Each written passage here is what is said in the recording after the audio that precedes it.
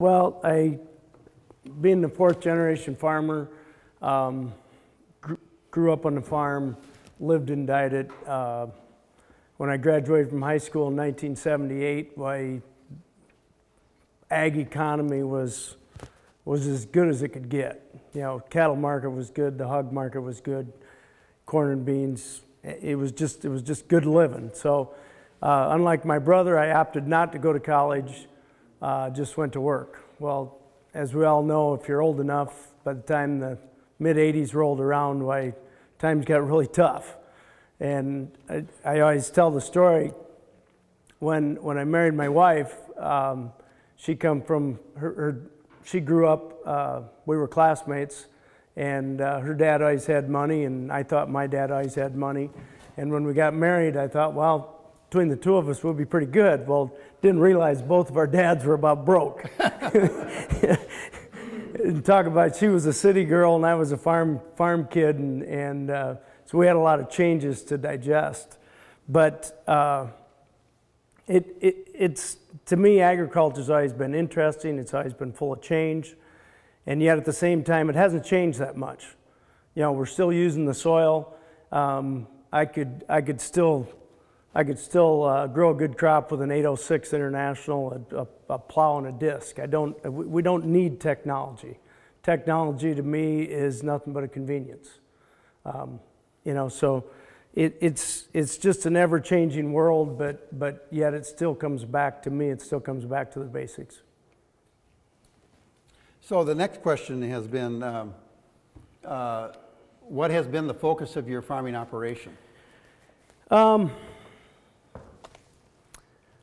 You know, to carry on the tradition is important, but of course we're all on here. We're all here to make money, and we're all. If you make money, you got to be good at what you do, and so we're always looking at how we're going to be profitable, how we can be sustainable, how can we pass it on to the next generation. But you've been mainly corn and soybeans, right? Now you did raise cattle for a while, and you've been in the hog business. Grew up with cattle, hogs. One time we farrowed to finish 4,000 head of hogs, had a couple thousand head of cattle around, and raised mostly corn on corn. And it seemed like it was easier to do that in the 80s than what it would be today. And I think part of that is we just, I think this nation it's all about forcing things. We can just force it. If you want to talk about the GMOs, it allows us to force things. It allows us to grow corn on corn because we can just fight everything. But in the process of that, I believe we have destroyed our soil. We've sterilized our soils. The use of Roundup, just a variety of things, and So as we've went away from a lot of that, why we've just seen a regrowth in the health of our soil. Okay. Got to keep up with you here.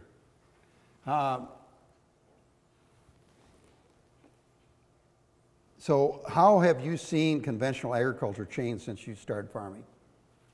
You talked a little bit about that. Okay. But I mean, I'm really talking about, you mentioned in the 70s, you know, you were able to make pretty good income, and then the 80s hit, and then you kind of went through that. And when did you come into the picture as the full-time manager of your operation? That's kind of, I started farming with my dad, then my brother came into the operation. He's kind of came and went throughout the process, but it's always the basis has been just my dad and I. And so as we got into the 90s, I would say Dad kind of stepped aside, and I became the main decision maker. So we grew. We didn't. I've never been afraid to try anything. Try anything once. We've been big. We've farmed as many as 10,000 acres. In the 80s, we might have got down to 800 acres. So I'm not going to stand up here and say I've done it all, but I've tried a lot. 10,000 acre farming was not smart. We lost a lot of money doing it. It just, we did a good job of it. It's not that we didn't get the job done, but we've changed our operation dramatically, brought it back substantially smaller, and just looking for a better way to do things. So, you know, your dad was really farming more in the early days, more, I don't know if we called it conventional then, but it was different than you were probably, the time that you came through with the introduction of more chemicals and GMO. And so in that transition versus what your dad was doing versus that and where we are today, what have you seen happen? I mean, well, like I talked about earlier, have you seen the fact that as we do these things that we're being told to do, that, yeah, we're raising the same or more, but our costs have gone up? Yeah, it's, you know, our costs have gone up, our risks have gone up. But you know, as we went through the, you know, all the years I've seen, the changes that I've seen, I think probably what's maybe hurt us the worst is as we've gotten deeper into technology, you know, I think it's just affected the health of our soil. I think when I started farming, I think my dad had healthy soil. We grew a lot of corn on corn, but we didn't use a ton of herbicides. We didn't use a ton of insecticides. We didn't use Roundup. You know, I think that's changed it. I think that made a huge change in it. It did allow us to continue to grow corn on corn. Not saying that was the right thing to do. You know, as we get into our organic rotation and we see what a rotation does for us, it helps me understand how our forefathers did what they did. My great-grandfather came to Kossuth County in 1900. And the only way they survived was through a crop rotation. They had to use Mother Nature. And so as you think back, and my dad actually wrote a book of our family history and how my great-grandfather made it work. And it took time. It took time to take natural prairie and try and grow corn. He had to drain the soil. In 1902, I think my great-grandfather, bought 50,000 feet of tile. And he knew he had to drain the soil, you know, to make that work. And it took, he said the first 7 years they grew enough corn to feed the horses. That's about all they accomplished, until he got the soil in the proper condition to grow a good crop. But back then, how many different crops were they raising? I mean, well, they grew corn and beans, basically, or corn and oats. Okay. You know, but it was that rotation that evidently worked for them. Yeah, that was kind of before soybeans came in. Right. Yeah, absolutely. Yeah. Okay. So so you kind of covered this a little bit, but what's the good and not so good part of conventional agriculture as it relates to crop and livestock? Now, you haven't talked about your livestock thing too much. No. Because you have been pretty deep into finishing barns, right? Yeah. We've grew a lot of, we were farrow to finish our own operation. And as things changed, it just felt as though we were, how do you compete? And corporate America, you might say, or the vertical integrators were coming along. And you know, how do you compete? Well, we became contract growers. And so we built a lot of finishing barns. And that's how we increased our livestock business. And so in the process of that, we ended up with a lot of big confinement barns with a whole bunch of manure, and which actually is how I met Jim and started using some of his products. Okay. So Charlie, how have you seen that part of the business go in relationship to working for the vertical integrators and the finishing barns, and what's the good and bad that you've seen in that relationship? Oh, you know, I'm not going to say there's good and bad to everything. It was a good experience. We don't do near as much of it as we were doing. I've actually sold some of our sites just because our operation was just awfully hectic and awfully big, and you kind of question yourself, what's the value of all this? But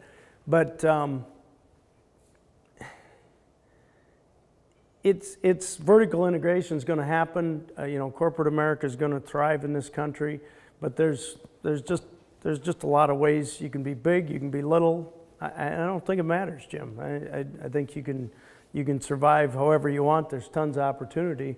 You just got to look for what you want. As you know, this is more of a personal viewpoint, but you know, I knew you when you had all those hog barns. I knew you when you had all those acres, and you were a person that had a lot of stress. Am I right? Yeah. Yes. Yeah. And it was eating at you. I'm a happier person today. Yeah. And I'm sure it was affecting a little bit of the family, you know, at home, yeah, and all of that, because I mean, I get around people, you know, like I know a big hog producer in Iowa, and he's got lots of hogs, and he's got, you know, farrow to finish, and my gosh, he never gets away from his phone, and you know, it's one thing after another, and it's really hard to get 5 minutes of his time, and I kind of look at that and I say, I don't know if I'd want that quality of life. Well, you know, and that crazy. leads into my next question then is, what was the main reason that you transitioned to organic? I mean, because that was a major step. Once again, typically you start out to do something. It's about a profit. You know, why would I do this? Why would I work hard? Well, I want to make money. I want to create opportunity for my kids. And so when you beat your head against the wall, you lose money year after year after year, or you break even, and it's like, why am I taking all this risk? And so we had some neighbors that were doing some organic, kind of watched it, laughed at it, said, well, we don't need to do that. But the longer you looked at it, when you've seen how it worked, and they were making money. They were buying farms, we weren't. They were buying farms, we were selling farms. So we got involved in it, asked a lot of questions, never been short on making a quick decision. Talked to my son, talked to my first cousin that works for me. He's worked for me for 20 years. And this was in January. And I said, I think we need to take some farm ground organic this year, which is, it's quite a transition to do that. But we just said we're going to do it. Well, once again, we were going to do it with one farm, and by the time we planted our organic, our first transition crop, we planted 950 acres. So the equipment changes, to do that took a lot. It took quite a mindset, did a lot of research, decided how we were going to go about it. You know, so it was a, I don't know how you explain it, Matt. It was kind of scary. It was tough, but we just did it. Did you get any direction, like from NRCS or universities, or just went out on your own? I met with a couple of our neighbors that I'm good friends with. Talked to those guys. They helped us a tremendous. They helped us a lot. They did take some of the fear out of it. A good friend of mine's the same age, Chuck Wirtz, lives down the road a ways. He says, "You're a better farmer than I am." He says, "If I can do it, you can do it."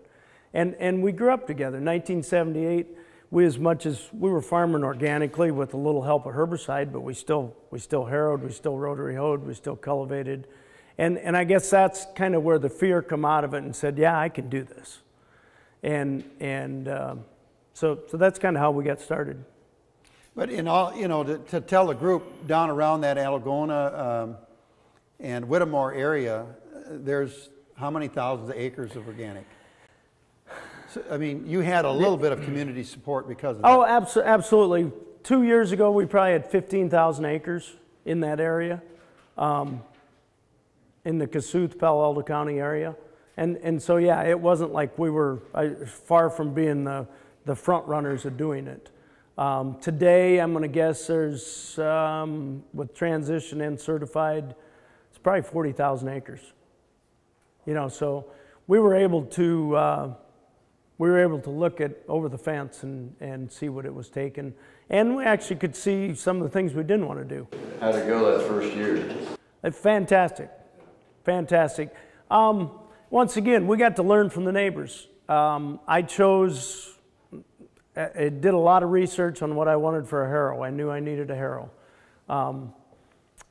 We ended up buying an Australian harrow. It was called a Hudson Bickler. We went to the organic conference in La Crosse. That was colorful. Besides, and I should mention, that's coming up next week. So if you're interested, that's a good conference to go to. Yeah, next Friday. Grower-based education, and you pick up a lot of really good ideas. Yeah, if you have any thoughts about going organic, that's the place to go. Or if you're even thinking about it. It's very colorful. There's a lot of vegetable growers and what all not, but there's a lot to be learned. There's buyers there.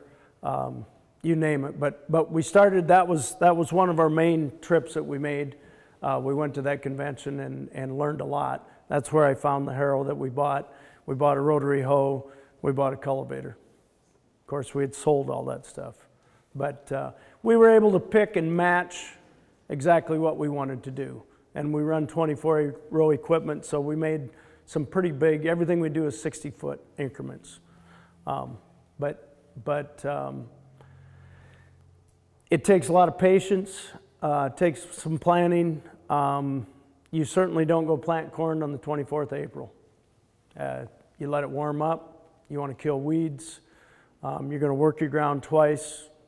You need a good weather app to try and guess what the weather's going to do. But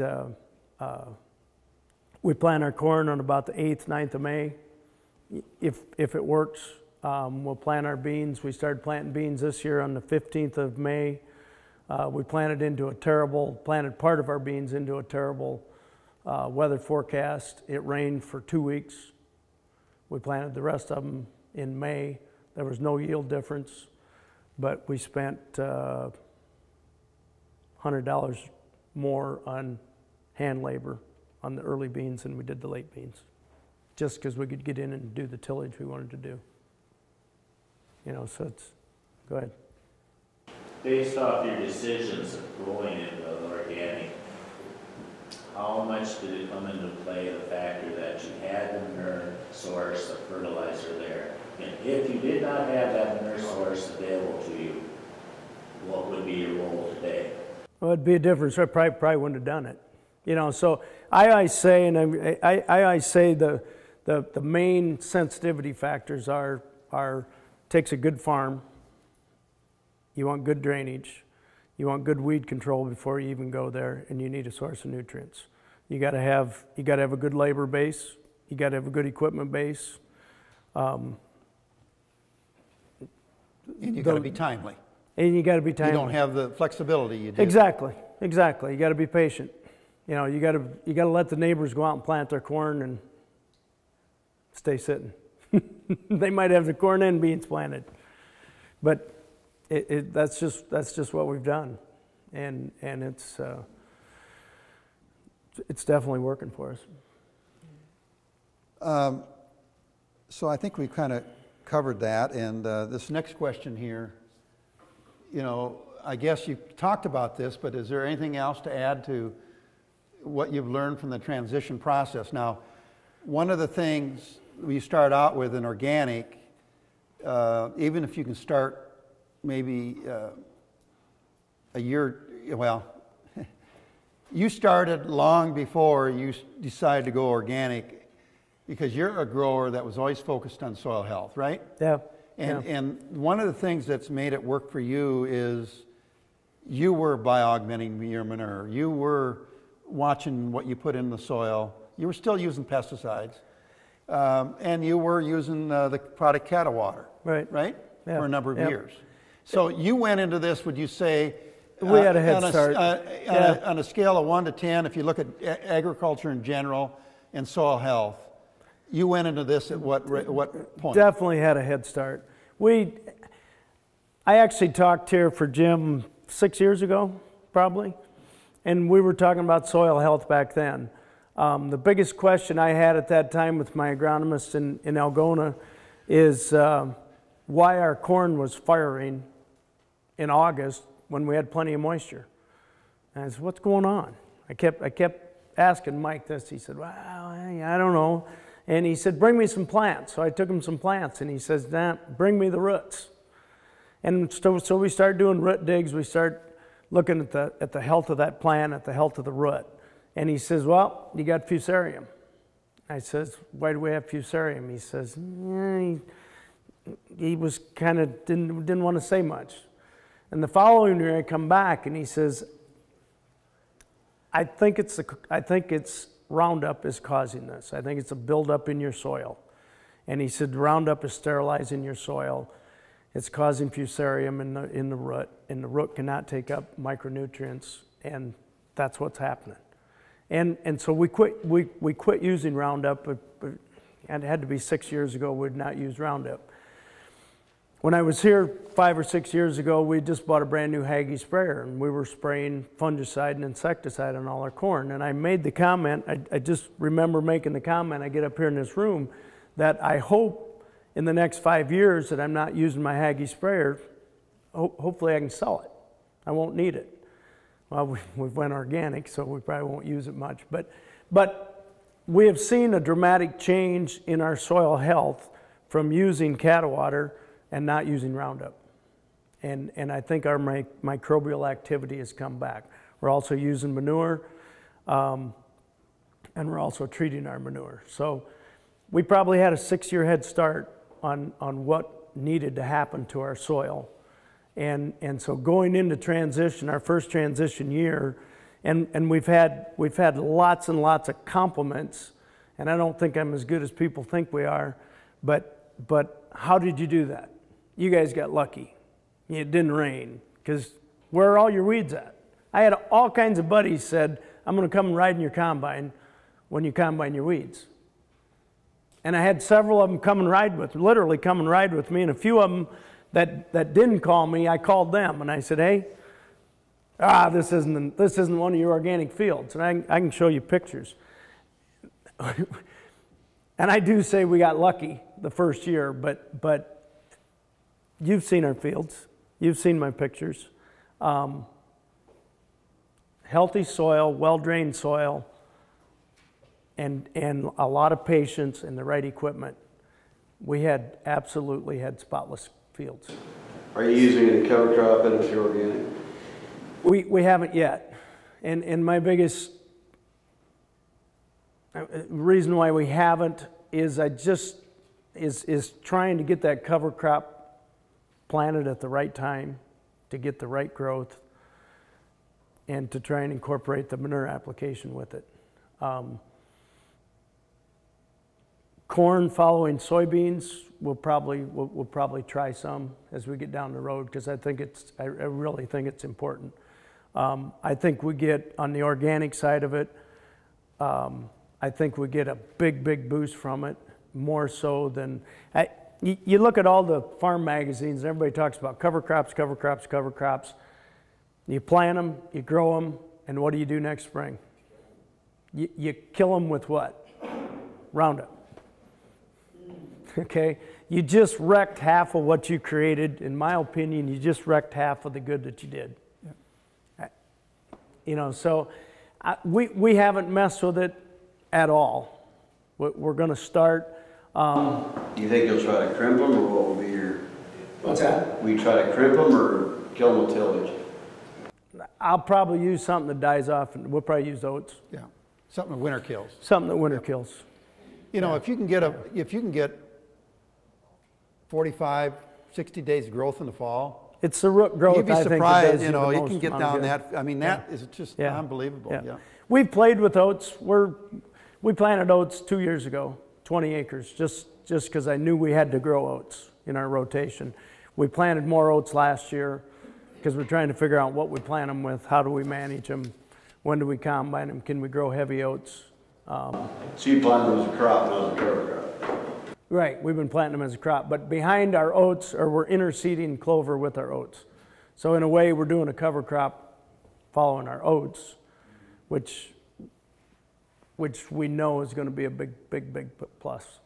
I had corn on corn this year, first year transition, corn on corn, which was pretty risky to do. We got by with it. I think part of the reason why we got by with it is our soil is so healthy. But in the same quarter section, I had 20 acres of oats that we'd planted the year before. There was 35 bushel difference between the corn on corn and where we had oats. You know, and it was first year transition to second year transition, which it is a difference, plus wise. What sort of day length corn are you planting then if you're planting in mid-May and then trying to get a cover crop afterwards? We're planting a little bit earlier, 98, I don't know if we have any 98, 100 day to 108 day. Our neighbors are planting a lot of 110 and 12 day corn, but yet they're planting earlier. They're just a little more nervous and they got to get out there but I don't, the later corns in the organic world will yield more. Just they're a little bit better hybrids, but the early hybrids are coming on. And I'd rather use a little bit earlier hybrid and plant later. I think I get value out of that. Just in the we've only been at it for 2 years, so this year will be our first certified year. Go ahead. Bad enough when you were using Roundup. Was that Roundup year after year after year? Yeah, we were. Yeah. Yeah, because we were corn on corn. Yeah. Well, you do the same thing on beans too. Right, if you were using it on both, yeah. Yeah. Yep. Do you get a higher price for your transition crops? We grew some food grade beans for Synopta, and we got a higher price, but they yielded less. So the transition, your transition crop's not going to gain you any revenue. But it doesn't break you either. No, it's the difference in our costs from transition to growing a GMO crop is we figure we can control the weeds with equipment just as cheap as using the herbicide and insecticide and fungicides and all that stuff. The difference will be your hand labor. Do you believe your increase in soil health will counteract your increase in compaction from tillage? Oh yeah, yeah. Our tillage most of our tillage is real shallow. Our ground gets hard if we till it. We have not. I would guess your soil's probably not that healthy if that's the case, because ours was the same way years back, and the use of cattle water, removing Roundup, changed our soils. You just can't imagine how much they've changed. So, and also the manure by augmentation too. Absolutely, yeah, because we're adding, with the manure we're adding biology, bacteria, and then we're enhancing it with the treatment, and then on top of that, we were using cattle water in furrow, and it just, I mean, I have people walking our fields and they ask me, what'd you do to them? Because you'll sink into your ankles middle of July. It changed dramatically. We don't do a lot of custom spraying with our Haggie. Matt can attest to it. But when he likes to do custom spraying, because he likes to drive in the neighbors' fields that are really nice and hard, because you can drive straight. And honestly, it's honest to God truth. In our fields, our Haggies, it's hard to steer because the field is soft. I think, Dennis, would you agree with this, is that if you don't have manure to work with in the organic or transitioning, using the natural ores, the soft rock phosphate, potassium sulfate, elemental sulfur, gypsum, lime, and humates would be the way to go, right? Yeah, for sure. You'd have to soft rock for sure would be critical for an organic. Right.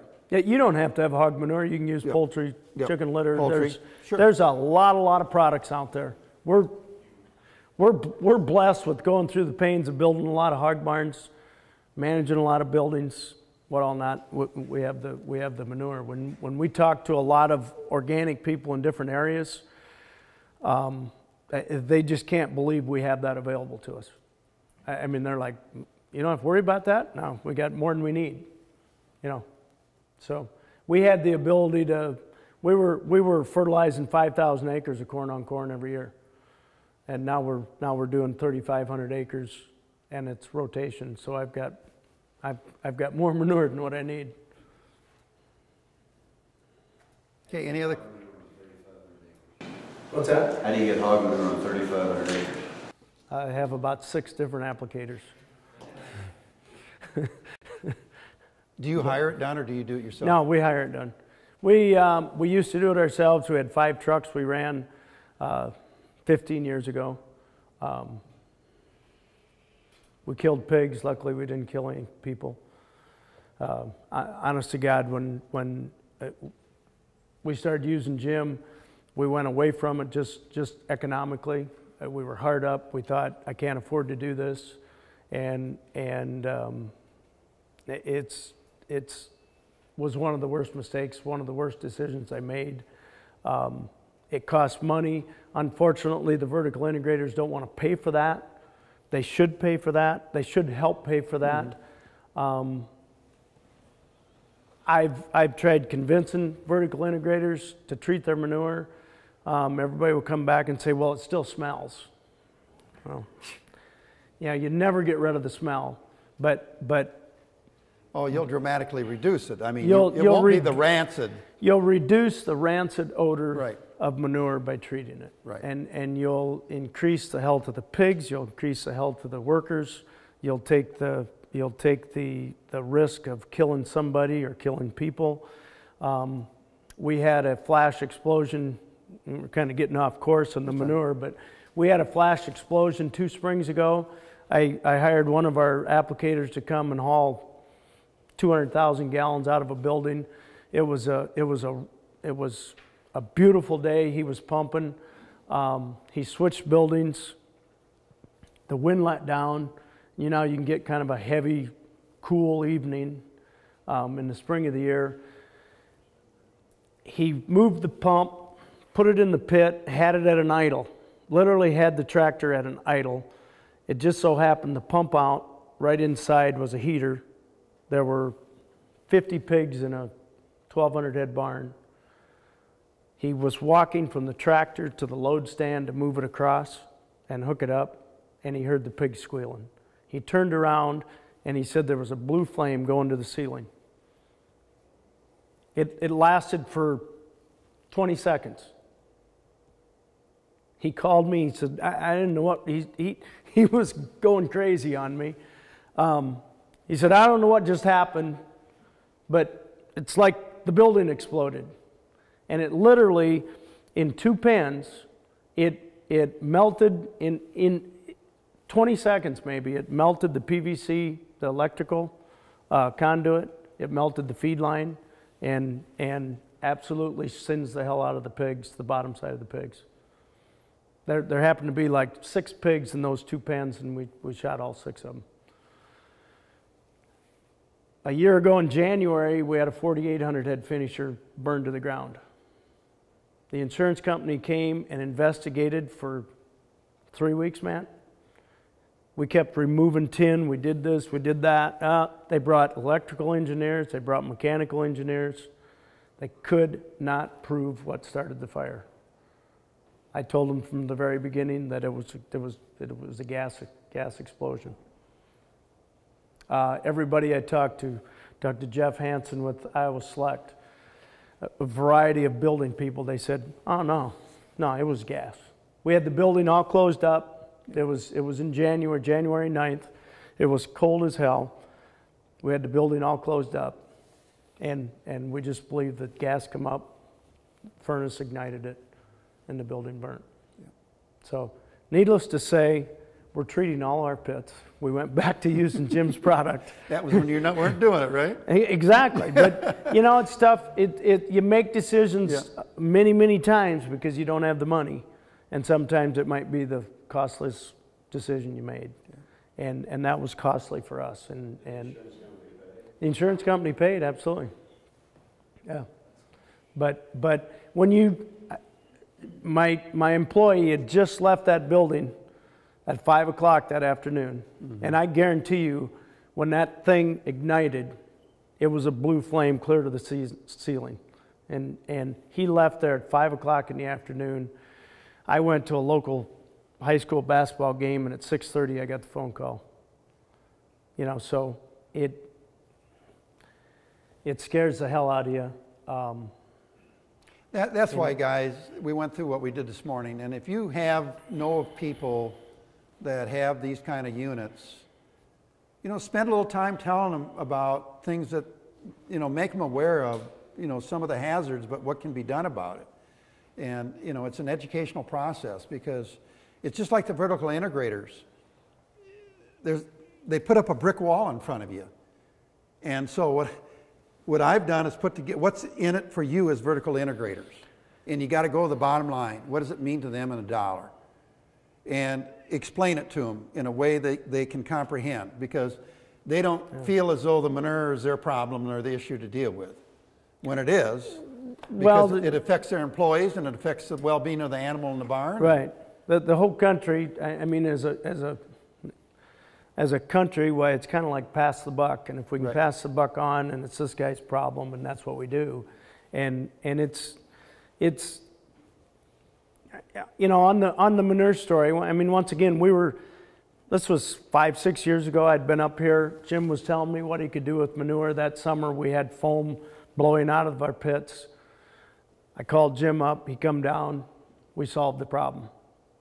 That fall, I was using some farm help to load pigs at 3 o'clock in the morning. We loaded pigs 2 or 3 loads every morning for 3 mornings in a row. We had one of our pumpers, one of our applicators were hauling manure. They were hauling manure right along the gravel road where we were driving by them every morning. And if you're ever going to smell manure, it's early in the morning when the wind isn't blowing, the air is heavy. And we come cruising by 2 days in a row. Nobody said nothing about the smell. The third day we come by, and one of the kids that was with me, he says, "Oh my God, what stinks?" And I said, what are you talking about? And he said, "Smell that." And it was raunchy, okay? Our applicator had moved to a different site, one of the neighbor sites, and he was hauling manure a half mile or a mile to the south of us. And we could smell that manure. It was absolutely rancid compared to what our manure was smelling like. And our manure stunk, but it wasn't rancid. Right. And it's just like the cost of that. I opted out of it. I thought I was saving money, but the $5 an acre that I was spending, look what I was getting for it. And then it gave me the safety factor. I mean, it's just some of those things change your mind pretty quick. And all of us that are engaged and involved in the industry, we're obligated to educate our fellow producers that may not be aware of this, because it's an image of the whole community, of the whole industry. And you know, I've been to 3 pork shows in the last month, and I've tried talking to the people like the National Pork and people like this, and it's just like you're talking to a brick wall. You know, just like, oh no, we don't have an issue. Yes, you have an issue. You have an image. You have an industry image issue. And you need to be addressing it, because otherwise this is going to be this wide every time you want to put up a CAFO. Okay? That's what's happening. And so, you know, we all have a vested interest in this. Yeah, it's so hard to sell it. Jim's, if you guys know Jim very well, he might be capable of overselling something, but have patience, give it time, because point blank works. I'm working on a very tough site, a couple tough sites. They have fly issues. I started treating these pits myself. We had been treating them. I started treating them on the other end, inside the buildings, which Jim can't do, or it's difficult to do it that way because people, biosecurity and what all that. And so I started treating these pits with Jim's product. And I just had Dennis the other day, was talking to him on some other buildings, and he said, God, he says, I don't know what happened to that site. That Irvington site, he says, there just weren't hardly any flies down there last year. Well, we started breaking up the crust and we started making activity. But it doesn't happen overnight. And you've dealt with Dennis. Yeah. And everybody wants something to happen just like this. Yeah. Everybody wants, you can say, I want my soil to change. But it takes time. Treating pits take maybe even more patience. It doesn't happen overnight. But it most definitely works. But With that number of acres down there in your area, is it true that some of the elevators are converting facilities to organic?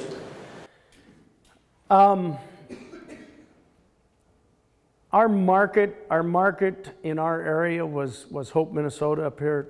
Sanopta was our closest market. Schooler Grains came into the area out of Omaha, and they cut a deal with the Odison Co-op, which is still a privately owned. It's a farmer owned. It's a true co-op yet. It's one location, but they've just hung on. They've never sold out. They had a 200,000 bushel bin that sat alone on the track with its own loadout, and so they were able to convert that to an organic loadout for Schooler Grains. Since then, Hope has went to Max Yield Co-op, and they have put together a deal to load 5 and 10 car trains through one of their dump facilities. So they haven't converted anything as of yet, I mean, at this point. Right. But it's, the organic world is this big. In 2016, there were 41 million bushels of organic grain consumed. 16 million of those bushels were grown domestically. The rest of them were imported. And so it's really, really a small world at this point. I think it's growing fast, but it's 40 million, not 40 billion or 14, or 400 million. 40 million, it's a pretty small number. We looked at organic production a number of years ago, and at the time, and maybe this is what lacrosse is like, the best description I heard a guy tell my brother was, you don't have to go to organic church or it doesn't hurt.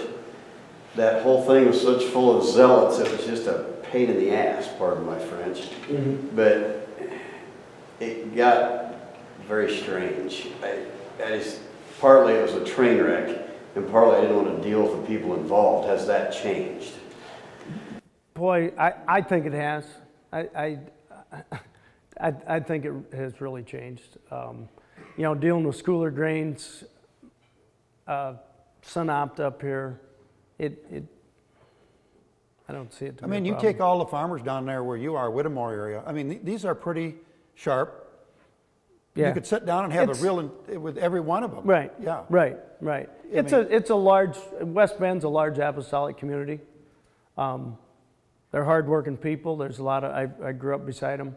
It's just a very holier than thou attitude at the time. There's some of that. Nobody would really tell you anything because, well, unless you have a plan to convert your farm 100% organic, we're not even going to talk to you because you don't. Yeah, that's not the case in our area whatsoever. No, absolutely not. No, those are the people that I went and talked to and encouraged me to do it. But I want to make a comment on that first. As I've gone through my career, kind of being out front on certain things, I've taken a lot of heat, and you just got to have a mindset that you believe in what you're doing, and you stay true to it. And you got to believe that this is the right thing to do and you're 100% committed to it, you're not going to be half foot in and half foot out. Right, Charlie? Yeah. I mean, yeah. you got to make a decision. Yeah, you make that decision. We bought into it. I bought into it on the profit end of it. And yet at the same time, as we've done it and as we see things change and how it's working, you feel good about it.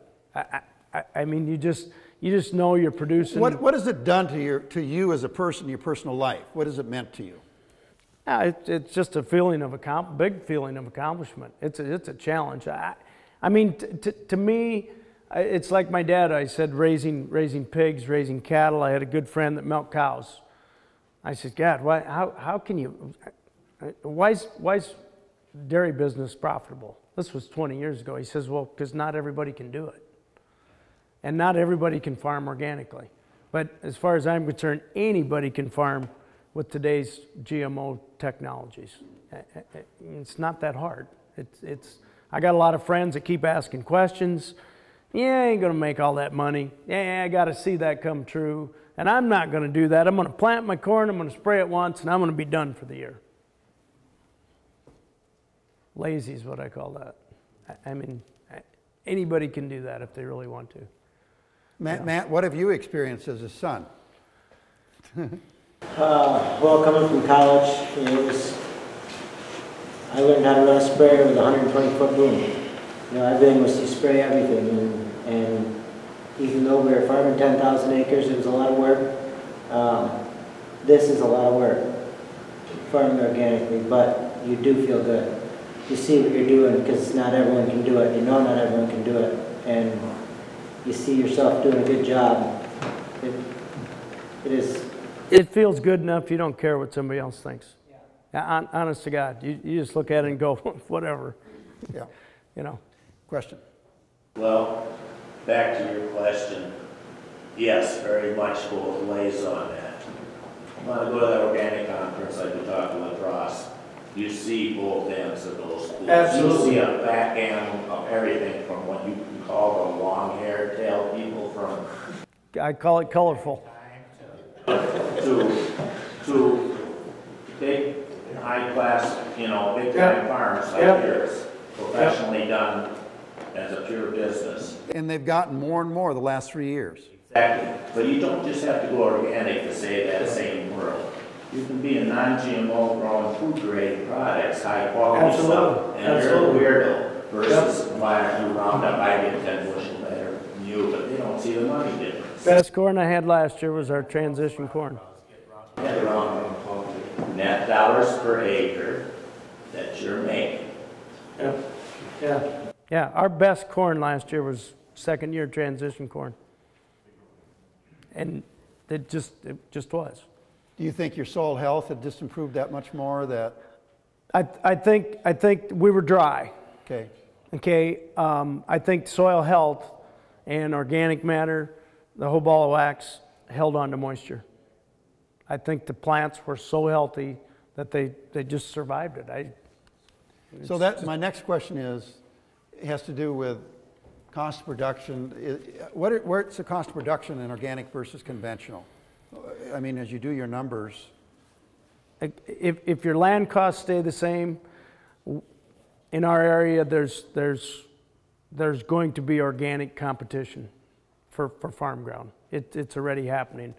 We've got people jumping. We've got people paying $500 an acre to get a farm. Organic people. Okay, they're pissing off a lot of other people. But if you use the same land costs, I can kill the weeds mechanically as cheap as we can spray them. And if I'm not using Roundup, if I'm using a conventional program, I'm going to spend $30 killing weeds. It's my opinion. I'm going to spend another 15 to 20 on fungicide and insecticide.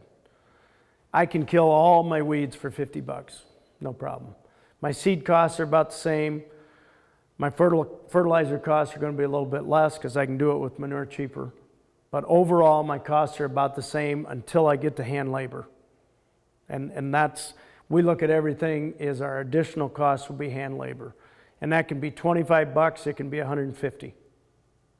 and Mother Nature plays a part in that. As far as when you planted, can I get in and harrow? Can I rotary hoe? Can I cultivate when I want to? But the battle is won. I would say the battle is won in the first 2 weeks that you plant that crop, as to whether or not you're going to manage your weeds. Good. Now, are you rotary hoeing the day after you plant or not? We plant. We'll go in and harrow probably 3 days later, depending upon how the growth is. But we want to get in and harrow at least once. Like a spike tooth type harrow? I'm using a long tooth. It's called a Hotzenbickler is the brand name, and they call it a tine weeder. So if you Google Hotzenbickler, where do you want to get those weeds when they're just in the white root stage? Yes, Yeah. even before that. Okay. Even before that. Yeah. It all depends. You could go in 2 days later. How do you spell that Hotzenbickler? I think it's H-A-T-Z. He spells it different name. I think it's H-A-T-Z-E-N-B-I-C-H-E-R. Matt can. E-Z-E-N-B-I-C-H-L-E-R. Yeah. Okay, Charlie, the next It's question is, Hotzenbickler. what is the profit margin difference between organic and conventional corn? What are you taking home? On the corn side of it, you can do the math. If you have a simple figure in 200 bushel at $9 is $1,800. Your costs are going to be in that $800 range. And that's your margin. How about soybeans? Do you do soybeans? Soybeans, there again, if you can manage your hand labor. On corn, I figured $25 hand labor. And all we do there is do a little bit of spot walking. You might have a little patch of cockleburrs, what all not. On beans, we point blank walk them. We'll walk them twice, depending upon how quickly they canopy. Last year they didn't canopy quickly, and we just had weed growth continue to grow. We walked them twice, some fields, but beans you'll have $200 profit. Oats, your oat year, you'll have $100 profit. On all of our numbers, I figure about $400 average on a 4-year rotation on corn, beans, corn, oats. So in that 4-year rotation, you can figure about a $400 average profit. And that's using elevated land costs. That's using $400 an acre. Go ahead. Are you finding a different type of weed pressure now that your soil fertility is good versus Well, your neighbors that aren't that way?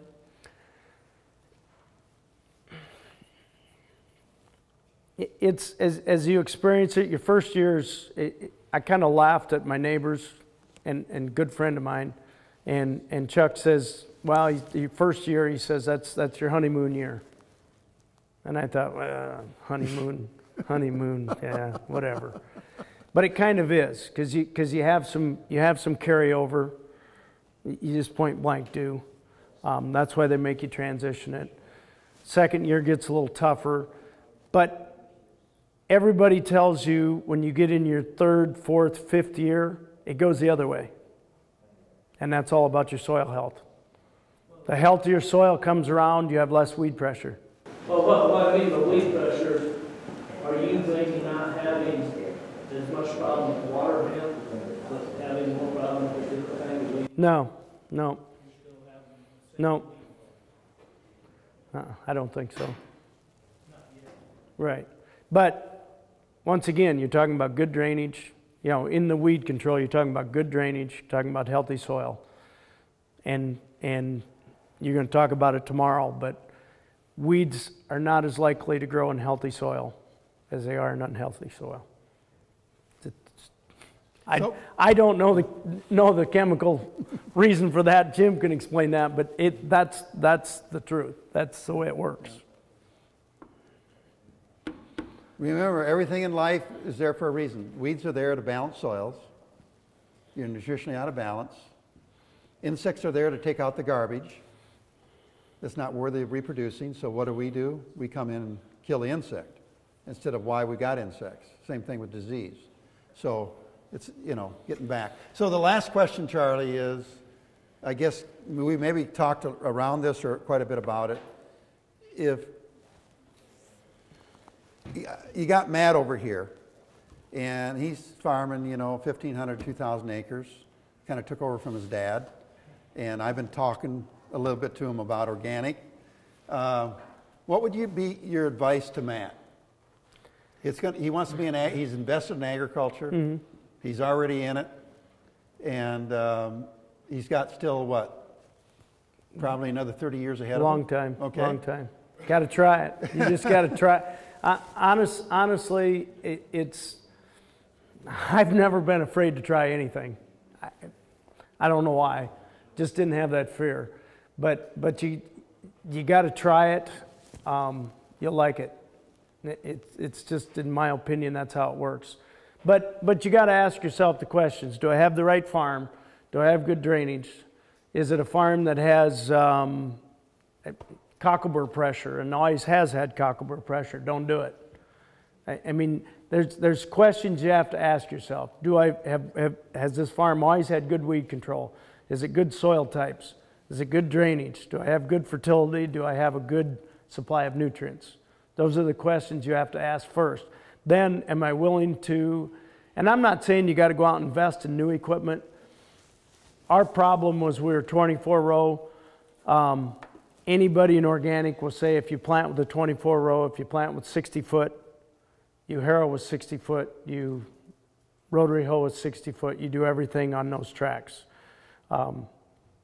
We snake ourselves through the field the same way every time. Otherwise, your head ends absolutely become non-existent. Your GPS works better that way. You don't have to have RTK, depending upon how many acres you're doing. I can't steer a cultivator all day long without an RTK. I still got to nudge it because my pull-type planter slides a little bit, but I can't do it. I never could. I couldn't do it when I was 16. I can't do it now. But those are some of the things you want to look for. And you can try it with one farm. You can try it with a quarter section. You got to have grain facilities. You got to have a bin that you can put that stuff in. You know, you got to have segregation. You want to look for, absolutely look at your neighbors. Do you have any type of isolation? You know, all those things are important when it comes to certifying.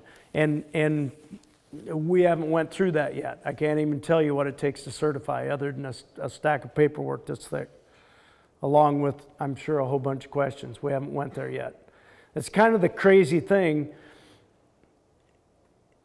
You transition for 2 years with no questions asked, but to certify that crop, you have to be able to answer all those questions for 3 years.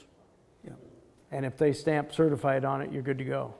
So there's a little bit of a fear factor in me that I hope we've done everything right, but we've followed all the steps that we're supposed to follow.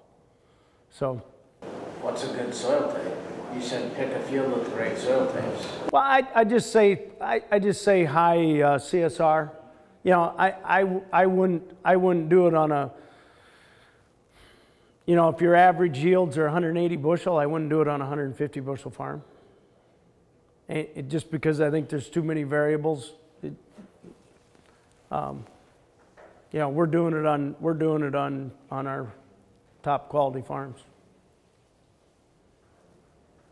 But it's not hard to start. You just do it.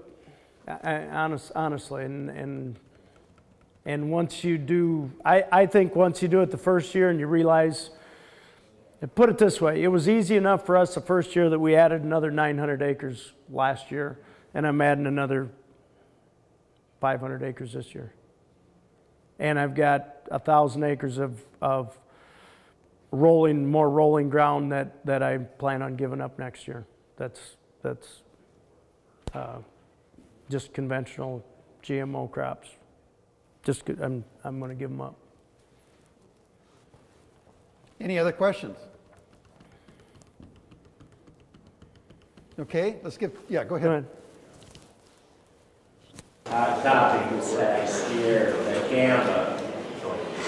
How are you dealing with that in the organic world with your neighbors? I would just leave it at that. didn't have any trouble with it last year. As far as it's at least something you can see if it happens. We use a 30 to 60 foot buffer when you do harvest a certified crop. Your certifier will force you to use X amount of a buffer, X amount of feet. You just sacrifice that for conventional ground. You just sacrifice that as conventional, yeah. Part of the reason, a little bit of why my son is starting a cow herd. Cattle are wonderful to mix in with organic. He's got a niche product, and he's marketing all natural beef. Pretty quickly he can say that it's organically grown or raised organically. That's what everybody else is doing anyway. It's not certified, but they'll eat organic corn, they'll eat organic oats, you know, organic roughage, because they're going to be available. You know, so those are some of the things. Our area is getting dense enough that we border a lot of other organic fields, fortunately, you know. But yeah, you want to let that's part of your certification program, is letting your neighbors know that you're organic. Some of them are going to care, some of them sure as hell won't. You know, it's the way it is. Okay, let's give Charlie a hand. Thank you, Charlie. Thank you. Thank you, Jim. I've known him for a long time, and I don't know if you can find a more enthusiastic, energized 70-year-old. I mean, did you know of anybody? I mean, look at this thing. He's very creative, and I really appreciate your enthusiasm, Jim. Well, yours too. Thank You bet. you. Thank you.